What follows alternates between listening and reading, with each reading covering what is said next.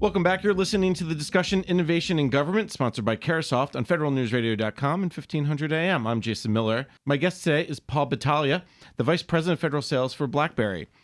Now, Paul, before break, we talked a lot about the challenge of mobile devices and modernizing government, the challenge that Internet of Things brings to kind of the everyday work. But now we're also seeing the Internet of Things going into the field, the mission areas. And that too adds another layer of complexity because it's not just, well, it's the phone in my pocket, but it's all those other devices that really impact mission. Talk a little bit about what you guys are seeing from how agencies are dealing with that complexity challenge. Well, yes, there. On the homeland side of things, we're seeing unprecedented progress utilizing the extended network in areas like port security, real-time port security. There are over 5 million containers coming into U.S. ports every year, and fewer than 2% of those are actually able to be opened and inspected by U.S. Customs. So the technology is now evolving quickly. We've spent millions developing it on our side, where containers can now be examined for changes remotely.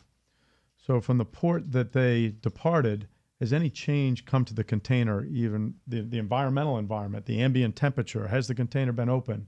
Has the weight changed? Have the contents shifted? All of these things are going to revolutionize security, even though by extension, they also create risks to us as a country. So if the container's been opened prior to arrival and any of the contents have been removed for any reason, the technology is now being distributed that will halt those containers from importing any kind of rogue goods into the country. To give Customs and Border Protection a better sense of what's happened, maybe this needs an extra look. Maybe nothing's changed. Maybe naturally things settle and that change is okay. But knowing that it happened is 3/4 of the battle, I think, sometimes. Understanding, and that's where those sensors, the technology can come into play. But those two, as we've talked about often, can be a cyber risk. Indeed. I mean, these are out there in the category of enterprise of things. And these things are now, they need to be protected. When you talk about what's happening at the ports, are you seeing this in other areas too, within the mission areas? Are you seeing some for instance, farmers who go into the field and are using sensors? Are you seeing, fighting wildfires? Is that also, are you seeing other agencies asking for this similar types of technologies? We are seeing it on almost at every level of government. We're seeing farmers, warfighters, missile systems, everything is having these kinds of sensors added to them so they can be managed and monitored. And this is where, in the future, now as we look 3 to 5 years out down the road, there are going to be literally millions of new things coming onto the enterprise. Don't jump ahead of me. That's my last question. That's my getaway question. We'll get there in a second. Okay. One of the other pieces to this discussion has to be now the insider threat. We've seen this time and again where documents and leaks and while as a journalist, I'll tell you, we appreciate that sometimes, that government agencies are trying to do more to protect the information. So talk a little bit about the insider threat piece, because I think that's another one that gets sometimes overlooked when we talk about mobile devices and modernizing government. Well, yeah, we certainly all were party to the WikiLeaks and the Snowden incident here not long ago in our midst. And I don't know about you, but I'm old enough to remember that back in the 60s, there was a TV show called Mission Impossible. And it started with an audio recording, tape recording every show. And at the end of the tape recording, it said this audio will self-destruct in 10 seconds.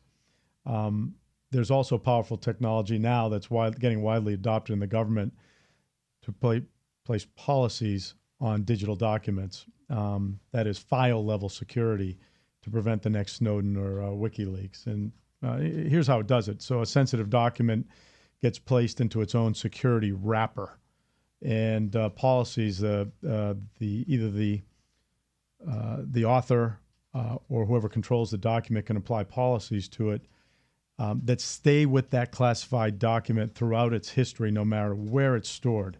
So it could be on a laptop, as in the case of Snowden. He saved things to a thumb drive. And once that file is connected to the network, say that thumb drive is connected to the network, the permissions are invoked. So when Snowden accessed the files, downloaded it to his thumb drive, flew to China, and plugged in the thumb drive to his PC, then to a connected network, if the policies were set, such as a time limit or immediate authentication required to access it, he would no longer have had access to the document. That's incredible. I mean, it's come so far. I mean, many times you hear about music that has wrappers on it. This concept of putting wrappers around files is really a next level protection. It's not just encryption at rest or encryption in transit, but encryption all the time. Well, that's right. And if I look outside government for a moment, if you go back a few years ago when Sony was hacked and their movie scripts were grabbed, they were able to at least protect the scripts on the internet by putting policies around them that denied the users of the broadcast of all those documents being made public. So it does present an extraordinary challenge, but the technology now that we didn't have, say, 4 years ago, is firmly in place to protect all of our classified documents.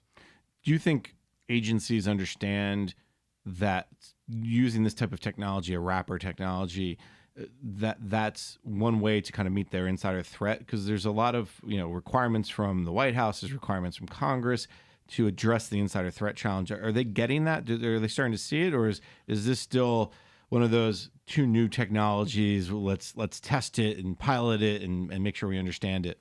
It is at a nascent stage still. The technology is new, but it is rapidly getting adoption. I mean, we go back right after Snowden, and everybody started saying, "How can we fix it?" And the questions were being asked.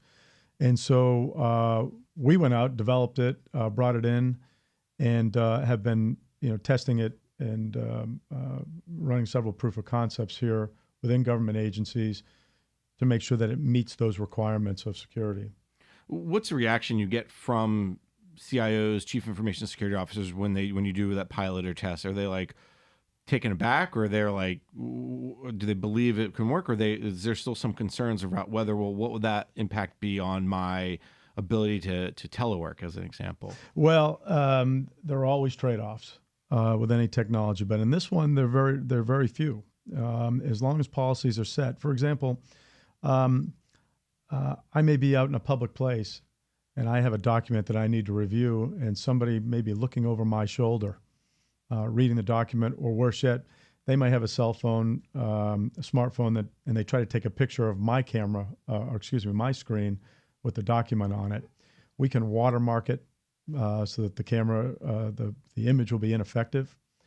Similarly, I may be in a movie theater or something like that, and I need to get a quick look at a document.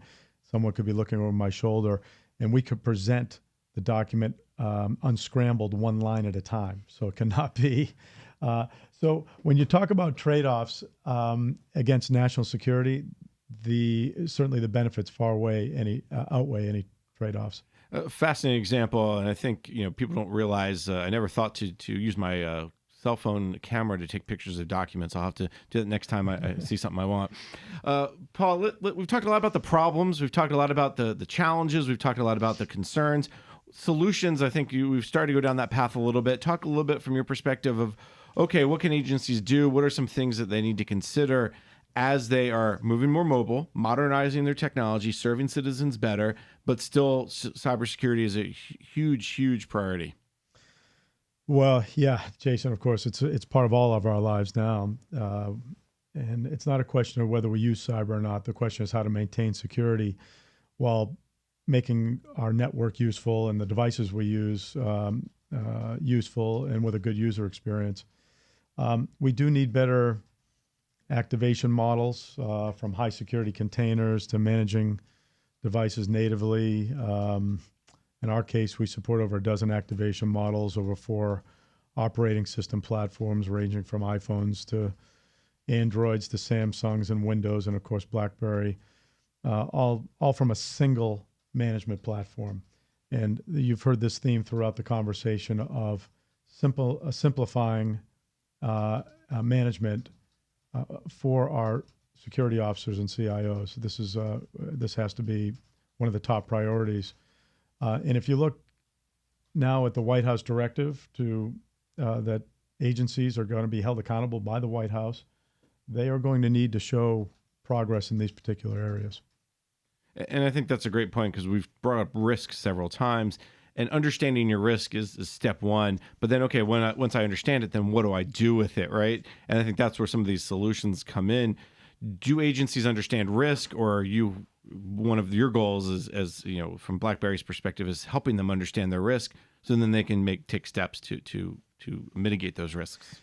It is our job in industry to take forward solutions that we develop to make solutions that the government can put to use. The government is not a technology provider; it's a consumer, and it's our job in industry to listen to our customers and to provide those solutions.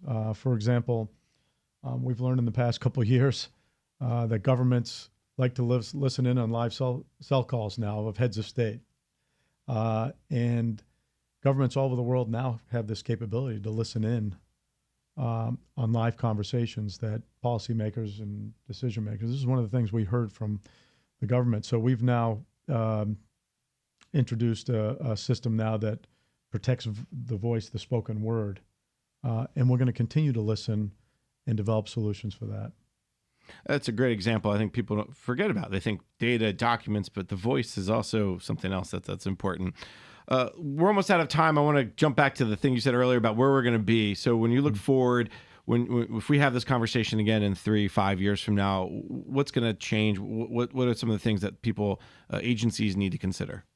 Well, change is happening before our eyes, and it's not so much change as it is evolution. The evolution of the connected environment, the enterprise of things, millions and millions of things connected to the internet. This proliferation is going to create very daunting problems that we've heretofore never had to deal with. And so systems are going to have to scale. I think that the government is going to have to look at, just as it has with cloud, have to start looking at such options as mobility as a service to get outside, to offload some of this work on the networks here and some of the pressure on the networks. So we're going to see that. We're going to see good collaboration, I believe, between industry and government. We're going to see more solutions that protect endpoints.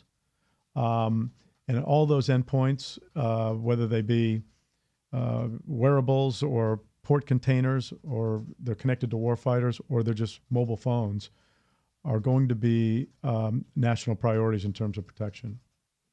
I think that's a key point. It's all of it, not just the cell phone, not just the tablet, but all those other pieces and parts. Paul, this has been a fascinating conversation. Thank you so much for your time today. Unfortunately, we are out of time. And you've been listening to the discussion Innovation in Government, sponsored by Carahsoft on federalnewsradio.com and 1500 AM.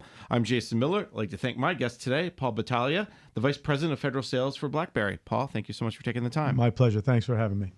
For more on this discussion, visit federalnewsradio.com and search innovation. On behalf of BlackBerry and Carahsoft, thank you for joining us. A link to the archive session will be sent to you shortly. If you requested a training certificate, you will also receive an email with download instructions after the webinar. This concludes our discussion. Thank you.